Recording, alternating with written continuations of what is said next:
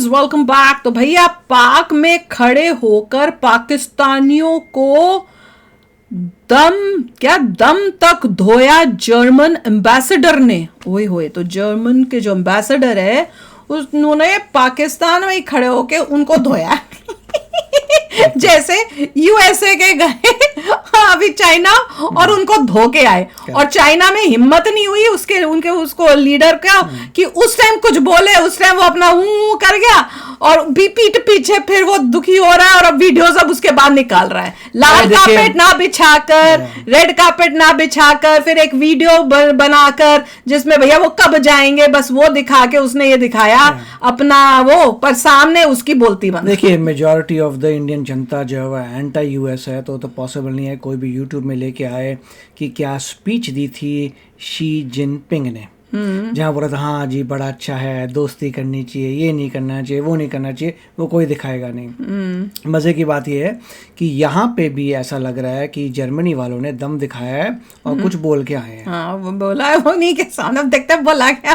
तो चलो वीडियो शुरू करते हैं। वीडियो शुरू करने से पहले अगर आप चैनल पर नए हो और आपने अभी तक सब्सक्राइब नहीं किया तो जल्दी से पहले सब्सक्राइब के बटन और बेल आइकन को क्लिक कर लो ताकि आपको हमारे सारे न्यू वीडियोस के नोटिफिकेशन मिल जाए जैसे हम अपलोड करें। अगर आपको वीडियो पसंद आता है प्लीज लाइक एंड शेयर। चलिए शुरू करते हैं। If you want to shout, go out. There you can shout because shouting is not a discussion. That is what it is. If you want to discuss, come here we discuss, but don't shout. आज जो हुआ है वो भी आपको बताता है कि हमारी हैसियत उस कुत्ते जितनी भी इन लोगों ने नहीं छोड़ी। तमीज ही नहीं क्या करें। स्पीच कर रहे थे तो उस वक्त नौजवान कुछ खड़े हो गए, उन्होंने फलस्तीन के हक में नारे लगाए, प्रोटेस्ट किया। ये जर्मन एम्बेसडर आसमा जहांगीर कॉन्फ्रेंस में फलस्तीन के ऊपर एहतजाज करने वाले को कह रहा है अगर तुमने शाउट करना है तो बाहर चले जाओ। बिल्कुल, ये कोई डिस्कशन नहीं है, निकलो यहाँ से बाहर। निकाल दिया उन्हें, निकाल रहे हैं, उनका काम ही है ये। पाकिस्तान के अंदर एक कॉन्फ्रेंस हो रही है और पाकिस्तानी शहरी को एहतजाज करने पर ये कह रहा है कि निकल जाओ यहाँ से। जिस लहजे में उन्होंने बात किया वो क्या शो करता है? वो शो ये करता है कि ये बर्दाश्त ही नहीं कर सकते कि पाकिस्तान जैसी भूखी नंगी कौम इनमें इतना फ्रीडम हो कि ये जनाब हमारे सामने खड़े होके। लेकिन जिस तरीके से उन्होंने रिएक्ट किया लाल पीले होके, वो वाकई हैरान कुन बात है। बचपन में सुना करते थे कि अपने घर में तो कुत्ता भी शेर होता है।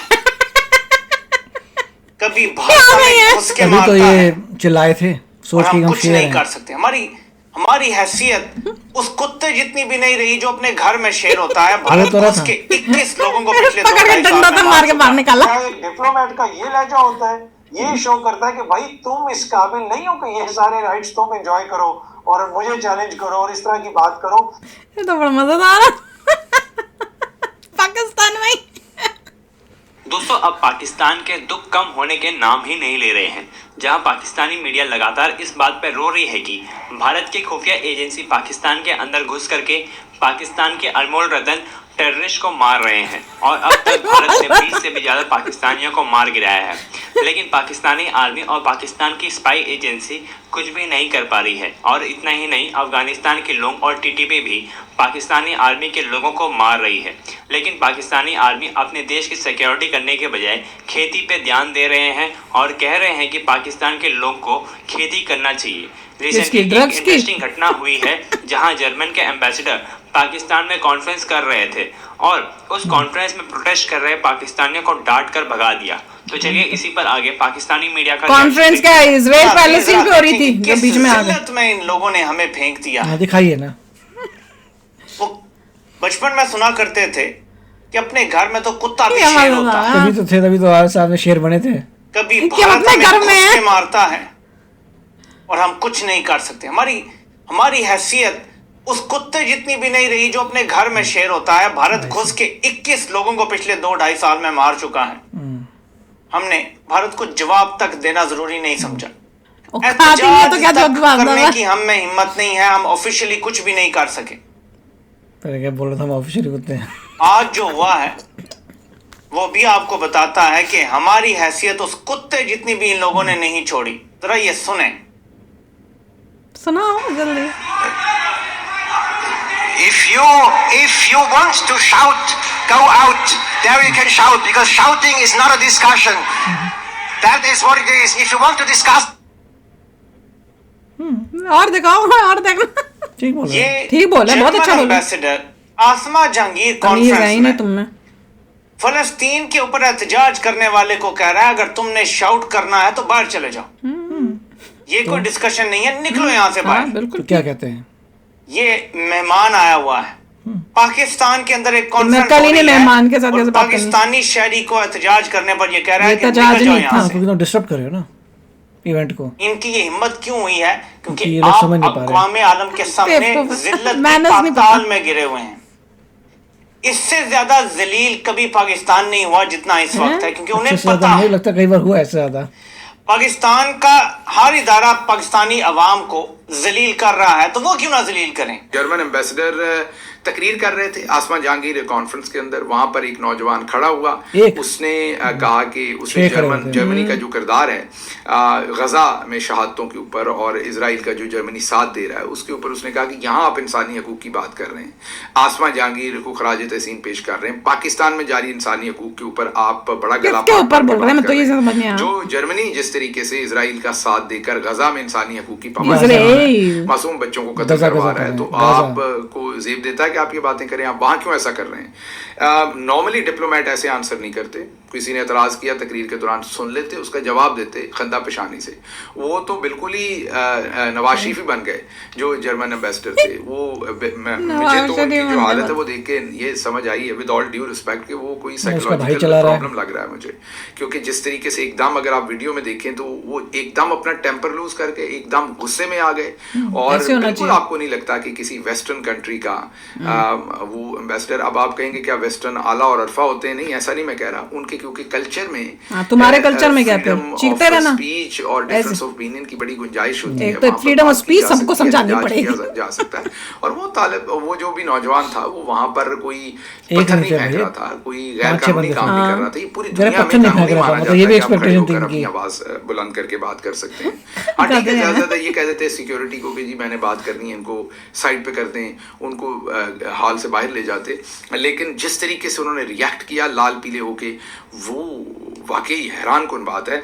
और साथ साथ कोई हैरान की बात नहीं, हम तो खुश हैं, ठीक है। ऊपर तो नहीं मार सकते थे क्योंकि मीडिया के कैमरे थे, लेकिन उन्हें नाखून मारे गए, उन्हें जदूकोब किया गया। क्या? और ये क्या बोला? करतूतें भी की गई। जो एक एनजीओ है ऐश्वर्या ट्रस्ट, वो इसी ट्रस्ट के कुछ पास्ट पेशेंट्स और इंडियन मेडिकल प्रोफेशनल्स, अच्छा वो तो दूसरा है, वो तो हार्ट दिया है, उसकी बात जोड़ के अच्छा उसकी बात आ गई यहाँ पे, फ्री ऑफ कॉस्ट हार्ट की बात आ गई, इस तमाम इलाज कराए और अब वो वापस कराची आ गई।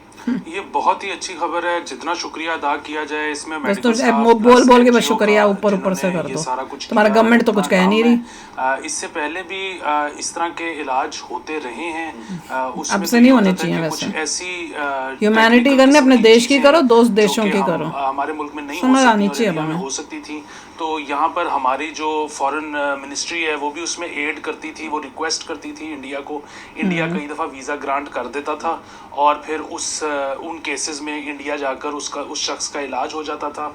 इसमें एक मशहूर केस और था, लेकिन उसमें जाहिर है उसमें भी तारीफ़ ही करनी चाहिए, लेकिन वो क्योंकि शख्स ऐसे हैं जिनको पूरी दुनिया में लोग जानते हैं। वसीम अकरम साहब का मैंने सुना था कि जब उनकी जो अहलिया थी पहली, जिनका इंतकाल हो गया, तो उनको जब एयर एम्बुलेंस में लेकर जा रहे थे शायद सिंगापुर, जी तो रास्ते में उनकी तबीयत ज़्यादा बिगड़ गई और प्लेन शायद इंडिया के ऊपर था। जब इन्फॉर्म किया गया तो इंडिया ने कहा कि हालांकि उस वक्त शायद वसीम अकरम साहब के पास और उनकी अहलिया के पास इंडिया का वीज़ा भी नहीं था, लेकिन उन्होंने कहा जी कि आप यहीं पे लैंड कर दें और हम वो देख लेंगे। उनको फिर मेडिकल असिस्टेंस दी गई, लेकिन वो अनफॉर्चुनेटली सर्वाइव नहीं कर सकी। तो ये बड़ी अच्छी बात है। बल्कि सॉरी इसमें मैं इजाफा कर सकूं तो वसीम अकरम साहब का एक पॉडकास्ट मैं सुन रहा था जिसमें उन्होंने पूरा वाकया बताया। उसमें बताया कि जब हम उतरे जहाज से तो इंडियन स्टाफ खड़ा हुआ था, जो जाहिर वसीम अकरम के वहाँ फैंस है, उन्होंने कहा जी आप फैंस नहीं, ह्यूमैनिटी है, आप बस पासपोर्ट डॉक्यूमेंट्स देते हैं, हमें आप जाएं।